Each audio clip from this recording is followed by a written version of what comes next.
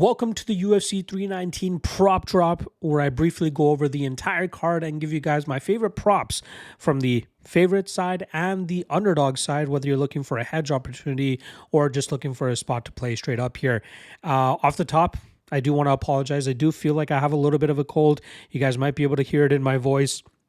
There might be some cuts throughout the segment here, but I'm going to try to get through it as efficiently as possible to try to save myself and try to get back to resting up and beating this cold that I seem to be getting. All right, let's get right into it. First matchup is the tough finale for the flyweight division, where you got Idiris going up against Vince Morales. I think this is a great matchup for Idiris to go out there and just dominate Morales. He's better overall, 10-0 already. I think he can get it done under 2.5 rounds, which you can get at plus 105. But in terms of specific props, they have yet to drop anything yet. So I'm not sure what kind of numbers we're working with, but I'd go with Idiris inside the distance, which I would assume would be plus money, considering the under 2.5 is at plus money. And then for the flip side, the hedge would be Morales by decision. All right. Next up, we got Silva going up against Barboza. This is a rematch of a fight that took place 6 years ago, and that night Barbosa was able to nullify Silva on the ground and even have some success in the striking realm. I know she's taken this fight on a bit of short notice, and that's probably why she's the underdog, but I think that her BJJ black belt will keep her from getting submitted from the aggressive knee bar / toe hold nature of Silva's jiu-jitsu game, and that will allow Barbosa to once again grind this fight out, and I think she wins it on the scorecards, which you can get at plus 280. If Silva wins, maybe Barbosa slows down and she gives up some positions and Silva grinds this out and wins it on the scorecards at plus 120. But the usual way that Silva wins fights is by submission, which you can get at plus 430. But again, Barbosa, in my opinion, high level BJJ black belt, and I'd be surprised if she gets caught in anything here. All right, next up in the lightweight division, we got Edson Barboza coming back up to 155 pounds, going up against Klose. Now, I think that Klose is one of the more underrated lightweights on the roster, and as long as he's not fighting a finish like Joel Alvarez or getting caught in some crazy wars like he did against Beneil Dariush, his durability normally looks on point, and I'm expecting it to do so once again here as he puts the clinch grind and wrestling on Edson Barboza and grinds this fight out to win it on the scorecards, which you can get at plus 250. On the flip side, if Barboza does win, I'd be surprised if it's by decision. I think he'd actually knock out Klose if he wins, and you can get that prop at plus 280. But again, I think Klose will be smart enough to stay away from those spots, roll with the shots, and eventually get his hand raised on the scorecards. All right, next up, we got Chase Hooper going up against Alexander Hernandez. I'm really liking the under in this matchup. I think there will be some violence here. And the under 2.5 currently sits at minus 115, and that's the spot that I kind of lean on. Hooper by submission plus 175 is a good spot. Submission round 2 Hooper is plus 650. Submission round 3 Hooper is plus 900. So those are definitely worth consideration. For Hernandez, if he wins, it's probably going to come early. It probably comes by knockout, which you can get at plus 550. You can get round 1 knockout for Hernandez at plus 1400. We know he has a ton of power, explosivity. That could catch Hooper off guard here and get the win.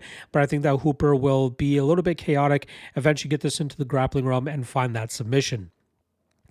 All right, next up, we got Lupita Godinez going up against Jessica Andrade. I think Godinez probably wins the first 2 rounds here with her wrestling, grinds this fight out, wins it on the scorecards, which you can get at plus 105. For Andrade, I think for her to win, it's probably going to have to come inside the distance, and that's either by KO, which you can get at plus 550, or a line that's really popping out to me, and we've seen Godinez really slow down later on in fights, just like she did last time against Julia Pilastri. But if Andrade is able to turn up the volume and really nullify the grappling of Godinez late, Andrade round 3 KO currently sits at plus 2,700. So that wouldn't be a bad way to go about this fight. All right.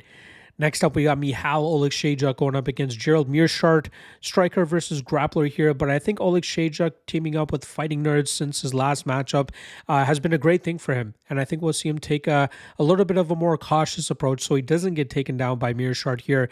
And I think that will lead to Oleksiejczuk winning this fight over 1.5 rounds. You can get the over 1.5 at plus 110. Oleksiejczuk, I think he'll eventually get the knockout, which you can get at minus 115. But I think tying it to some round props might be able to get you a little bit more here. I think Oleksiejczuk round 2 knockout plus 500 and Oleksiejczuk round 3 knockout at plus 1200 will likely be the outcome of this matchup. But again, I like the gamble on that 1.5, over 1.5, as I think that we will see a little bit of a slower approach here from Oleksiejczuk. On the flip side, for Meerschaert, obviously we know the ways that he normally wins. Submission plus 450, submission round 2 plus 1500, submission round 3 plus 2200. There's a lot of guys that love to just go out there and blindly bet those spots, and I'm sure they're up, considering how many times Meerschaert has pulled it off as an upset.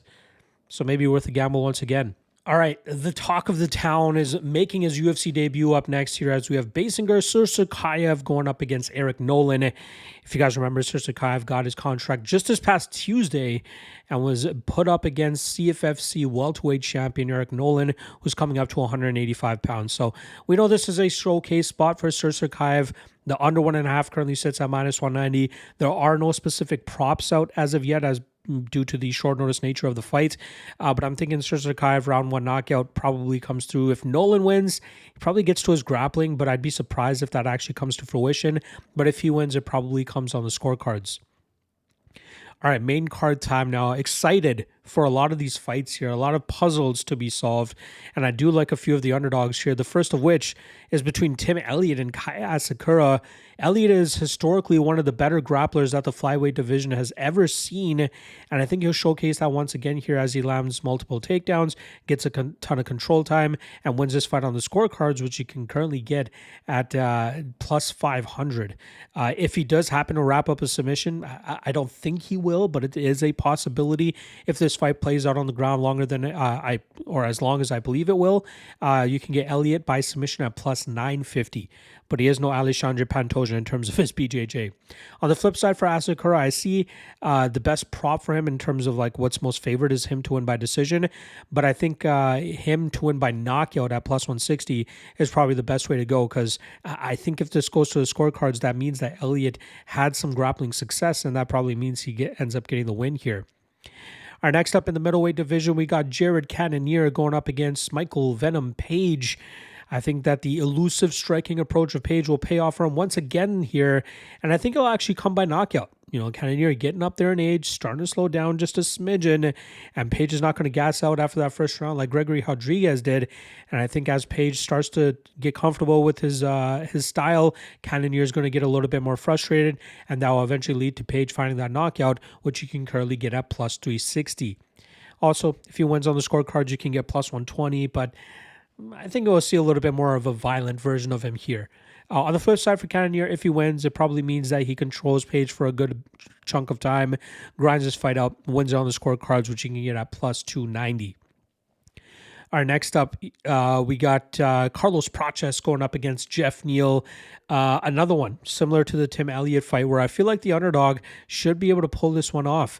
Neal is a very educated and talented striker with his speed and power, and I think he'll be able to land enough on Prates here to grind this fight out and win it on the scorecards, which you can get at plus 500. In the chance that Neal catches Prates cleanly enough, he could find the knockout, which you can get at plus 460. On the flip side, similar. I think if Prates wins, if it comes by knockout, which you can get at plus 130. But for the most part, Jeff Neal has a very ironclad chin. I think he's only been knocked out once in his entire career, and that was like 9 years ago. So I think he'll be able to take some of Prates' best shots.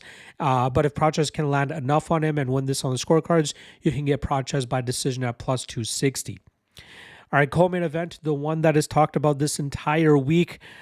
Aaron Pico going up against Lerone Murphy. Everybody fading the Bellator narrative here because of Patchy Mix's blunder a couple months ago. I don't think Pico is that Patchy Mix ilk. He'll be able to go out there and actually have a very favorable matchup here. You know, Murphy is a guy that doesn't mind fighting off of his back foot, while Pico loves to stalk his opposition, land big shots, and mixing his takedowns behind it. I think he grinds this fight out and wins it on the scorecards at plus 155. There is a chance that he can land a big shot on Murphy and hurt him badly here to put him away, which you can get Pico at KO at plus 380. And then on the flip side, if Murphy wins, it's usually by close decisions, and I don't expect that to be any different here as he takes on Aaron Pico. Murphy by decision, you can get at plus 260. All right. Main event now, middleweight title on the line as Dricus du Plessis looks to stave off the oncoming Khamzat Chimaev. Unfortunately, I don't think Plessis will be able to deal with the grappling of Chimaev early here, and I think we'll see Chimaev quickly get to his positions as he normally does, and I think he'll be able to find a submission, which you can get at plus 145. Submission round 1, Chimaev, plus 430. Submission round 2, Chimaev, plus 750. I do like the latter half of that there, as I think it might take a little bit for Chimaev to break Plessis down, but then in the second round, he should be able to get to that submission. On the champ side of things, I think if Plessis wins, it probably comes by knockout, which you can get at plus 500, or he just lands enough damage in the final half of this fight and wins it on scorecards, which you can get at plus 600. There you guys go. All right, top 3 prop spots. Last week we got reverse swept. Edwards by submission. She ends up getting the knockout over Cachoeira. Julius Walker round 1 KO. Not as good as I thought he would be. Angela Hill by decision plus 195. Lucinda cracking a lot more than I expected her to. Credit to her. And then the long shot was Jocelyn Edwards round 2 submission at plus 1200. Does not come through for us again. She gets the early knockout there. All right.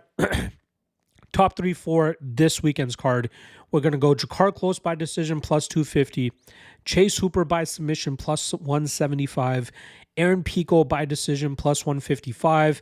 And then long shot, we're going to go Khamzat Chimaev round 2 submission plus 750. There you guys go. Prop drop for UFC 319. We do have an action-packed week next week, as we have Contender Series week 2 going down on Tuesday. Then we got PFL, I believe their final tournament event of the year, going down on Thursday. Then we got Road to UFC on Friday, LFA on Friday, UFC on Saturday. All of those will be early cards for the UFC because they're over there in China. I will have breakdowns for pretty much all of those on the YouTube page except Road to UFC. That will strictly be on the Lock of the Night Patreon page. So yeah, that's it for this week's content. Good luck on our action this weekend, folks. And I'll see you guys again on Sunday for the Contender Series breakdowns. Peace.